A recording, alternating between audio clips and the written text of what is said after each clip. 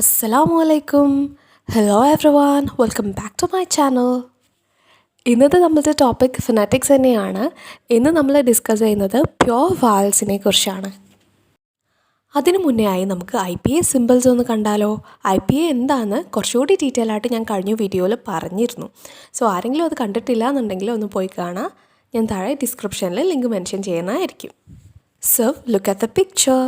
ഇതാണ് നമ്മളുടെ IPA chart അല്ലെങ്കിൽ ബ്രിട്ടീഷ് ഫൊണീമിക് ചാർട്ട്. കഴിഞ്ഞ വീഡിയോയിൽ പറഞ്ഞ പോലെ ഇംഗ്ലീഷിലെ 44 ഫോണീംസും ഈ ചാർട്ടിലുണ്ട്. അവയെ 24 കോൺസണൻസും 20 വവൽസുമായി ക്ലാസിഫൈ ചെയ്തിട്ടുണ്ട്. ആ 20 വവൽസിനെ വീണ്ടും 12 പ്യുവർ വവൽസും 8 ഡിഫ്തോങ്സുമായി ക്ലാസിഫൈ ചെയ്തിരിക്കുന്നു. സോ ഇന്ന് നമ്മൾ പരിചയപ്പെടുന്നത് ഈ 12 പ്യുവർ വവൽസിനെയാണ്. എന്താണ് പ്യുവർ വവൽസ് എന്ന് പറയുന്നതിന് മുന്നേ ആയിട്ട് വവൽസ് എന്താണെന്ന് അറിയണമല്ലോ അല്ലേ? Sounds during the production of which air escapes through the mouth freely are called vowels. അതായത് വവൽ സൗണ്ട്സ് പ്രൊഡ്യൂസ് ചെയ്യുമ്പം ഒരു അബ്സ്ട്രാക്ഷനും ഇല്ലാതെ നമ്മുടെ എയർ വായിലൂടെ ഫ്രീ ആയി പുറത്തു വരും. സോ ഈ വവൽസിനെ രണ്ടായി തിരിച്ചിട്ടുണ്ടെന്നും അതിലൊന്നാണ് പ്യുവർ വവൽസ് എന്നും അത് 12 എണ്ണമാണെന്നും നമ്മൾ ഓൾറെഡി പറഞ്ഞു കഴിഞ്ഞു. ഈ പ്യുവർ വവൽസിനെ നമ്മൾ മോനോഫ്തോങ്സ് എന്നുകൂടി പറയാറുണ്ട്. എന്തുകൊണ്ടാണ് മോനോഫ്തോങ്സ് എന്ന് പറയുന്നത്? Mono means single, so monophthongs means single vowel sounds. Monophthongs എന്ന് പറഞ്ഞു കഴിഞ്ഞാൽ അതിൽ ഒരൊറ്റ ശബ്ദം മാത്രമേ ഉണ്ടാവുള്ളൂ. അതേസമയം ഡിഫ്തോങ്സ് എന്ന് പറഞ്ഞു കഴിയുമ്പോൾ 2 വവൽ സൗണ്ട്സിൻ്റെ കോമ്പിനേഷനാണ്. അതിനെക്കുറിച്ച് നമുക്ക് നെക്സ്റ്റ് വീഡിയോയിൽ ഡിസ്കസ് ചെയ്യാം. ഈ 12 സൗണ്ട്സിനെ നമ്മൾ പ്യുവർ വവൽസ് എന്ന് വിളിക്കാൻ കാരണം എന്താ വെച്ചാൽ ഈ സൗണ്ട്സ് നമ്മൾ പ്രൊഡ്യൂസ് ചെയ്യുന്നതിൻ്റെ ബിഗിനിങ്ങിലും എൻഡിലും നമ്മുടെ ടങ് ആൻഡ് മൗത്ത് ഇവയുടെ പൊസിഷൻ സെയിം ആയിരിക്കും. അതിൻ്റെ പൊസിഷനിലൊരു മാറ്റവും സംഭവിക്കില്ല. അതുപോലെ സൗണ്ടിലൊരു വേരിയേഷനൊന്നും ഉണ്ടാവില്ല. അതുകൊണ്ടാണ് നമ്മൾ ഇവയെ പ്യുവർ വവൽസ് എന്ന് വിളിക്കുന്നത്. നമ്മൾ ശ്രദ്ധിക്കേണ്ട മറ്റൊരു കാര്യം എന്താണെന്ന് വെച്ചാൽ ഇത്തരം ഫൊനറ്റിക് സിമ്പിൾസ് എഴുതുമ്പോഴും അതുപോലെ ഒരു വേർഡൊക്കെ ട്രാൻസ്ക്രൈബ് ചെയ്യേണ്ടി വരുമ്പോഴൊക്കെ അതൊക്കെ നമ്മൾ സ്ലാൻഡിങ് ബാർസിൻ്റെ ഉള്ളിലായിട്ട്, അതായത് സ്ലാഷസിൻ്റെ ഉള്ളിലായിട്ട് മാത്രമേ എഴുതാനായിട്ട് പാടുള്ളൂ. ഇനി നമുക്ക് ഓരോ സൗണ്ടും ഓരോ പ്യുവർ വവലും ഡീറ്റെയിൽ ആയിട്ട് നോക്കാം. ഓക്കെ, ഫസ്റ്റ് സൗണ്ട് ഈസ് ഇ. ഇ ഇ മലയാളത്തിലെ ചെറിയ ഇ പോലെ, as in ink, kit, ring. ഇത് എഴുതേണ്ടത് ക്യാപിറ്റൽ ലെറ്റർ I എഴുതുന്ന പോലെയാണ്. നെക്സ്റ്റ് സൗണ്ട് ഈസ് ഇ. ഇ ഇ മലയാളത്തിലെ വലിയ ഇ പോലെ, as in each, fleece, tea. ഇത് എഴുതേണ്ടത് സ്മോൾ ലെറ്റർ I എഴുതിയതിന് ശേഷം ഒരു കോളൻ ഇടുന്ന പോലെയാണ്. Next sound is A. A A നമ്മളെ മലയാളത്തിലെ എ ഇല്ലേ, അതേ ശബ്ദം തന്നെയാണിത്, as in egg, dress, when. ഇത് എഴുതേണ്ടത് നമ്മൾ സ്മോൾ ലെറ്റർ ഇ എഴുതുന്ന പോലെയാണ്. Next sound is A.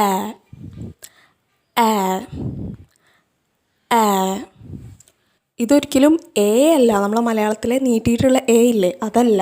ഇതിനൊരു ഇക്വലൻ്റ് ആയിട്ടൊരു മലയാളം സൗണ്ട് ഇല്ല എന്ന് വേണം പറയാനായിട്ട്. ഇതിനൊരു ഉദാഹരണമായിട്ട് നമുക്ക് പറയാം ആൻഡ്, ബാങ്ക്, ട്രാപ്പ്, ഈ വേർഡ്സൊക്കെ.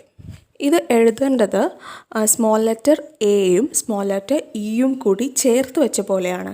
സ്മോൾ ലെറ്റർ എ എന്ന് പറയുമ്പം ഒരിക്കലും നമ്മളെ ഹാൻഡ് റൈറ്റിങ്ങിലെ എ അല്ല, ബുക്കിലൊക്കെ പ്രിൻ്റഡ് ആയിട്ട് കാണിക്കുന്ന സ്മോൾ ലെറ്റർ എ, ആ എയും ഇയും കൂടി ചേർത്തെഴുതുന്ന പോലെ.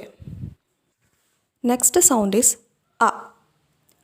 അ അ മലയാളത്തിലെ ചെറിയ ആ പോലെ, as in up, rush, one. ഇത് എഴുതേണ്ടത് വി എന്ന ലെറ്റർ തലകുത്തനെ എഴുതുന്ന പോലെയാണ്. നെക്സ്റ്റ് സൗണ്ട് ഈസ് ആ. ആ ആ മലയാളത്തിലെ വലിയ ആ പോലെ, as in arm, father, park. ഇത് എഴുതേണ്ടത് സ്മോൾ ലെറ്റർ എ എഴുതിയതിന് ശേഷം ഒരു കോളൻ ഇടുന്ന പോലെയാണ്. Next sound is O. O. O മലയാളത്തിലെ ചെറിയ ഓ പോലെ. ആസ് ഇൻ വോട്ട്, കോഫ്, ലോട്ട്.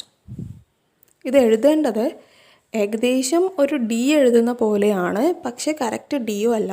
ഒരു ചെറിയ ലൈന് വരച്ചിട്ട് അതിനോട് ചേർത്തിട്ട് സി തിരിച്ചെഴുതുന്ന പോലെയൊക്കെ ആയിട്ടാണ് ഇത് എഴുതേണ്ടത്. Next sound is oh.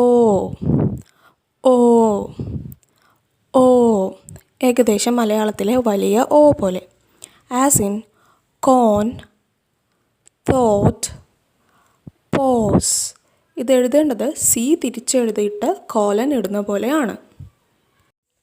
Next sound is ഉ. ഉ ഉ മലയാളത്തിലെ ചെറിയ ഉ പോലെ. As in foot, look, push. ഇത് എഴുതേണ്ടത് ഒരു യു എഴുതുന്ന പോലെയാണ്, എന്നാൽ കറക്റ്റ് യുവുമല്ല. ഈ പിക്ക് നോക്കി കഴിഞ്ഞാൽ നിങ്ങൾക്ക് മനസ്സിലാവും. നെക്സ്റ്റ് സൗണ്ട് ഈസ് ഊ. ഊ ഊ മലയാളത്തിലെ വലിയ ഊ പോലെയൊക്കെ.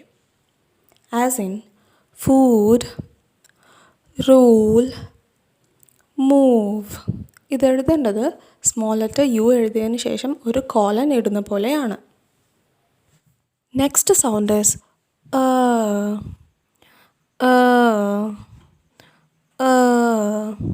As in Earl, nurse, word. ഇതിനൊരു ഇക്വാലൻറ്റ് മലയാള ശബ്ദമില്ല. ഇത് എഴുതേണ്ടത് 3 എഴുതിയതിന് ശേഷം ഒരു കോലൻ ഇടുന്ന പോലെയാണ്. നെക്സ്റ്റ് സൗണ്ട് ഈസ്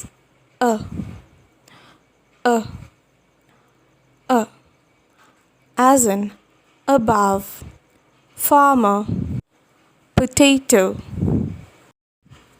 ഇതിന് ഇക്വലൻ്റ് ആയിട്ടൊരു മലയാള ശബ്ദമില്ല. ഇംഗ്ലീഷിലെ ലേസിയസ്റ്റ് സൗണ്ട് എന്നാണ് ഈ സൗണ്ടിനെ പറയാറുള്ളത്. ഈ സൗണ്ടിന് സ്വന്തമായിട്ടൊരു പേരൊക്കെ ഉണ്ട്. ശ്വാ സൗണ്ട് എന്നാണ് നമ്മൾ ഈ സൗണ്ടിനെ പറയാറുള്ളത്. ഇത് എഴുതേണ്ടത് സ്മോൾ ലെറ്റർ ഇ തലകുത്തിനെ എഴുതുന്ന പോലെയാണ്. അപ്പോൾ നമ്മുടെ 12 പ്യോർ വാവൽസും നമ്മളിപ്പോൾ കംപ്ലീറ്റ് ആക്കിയിട്ടുണ്ട്.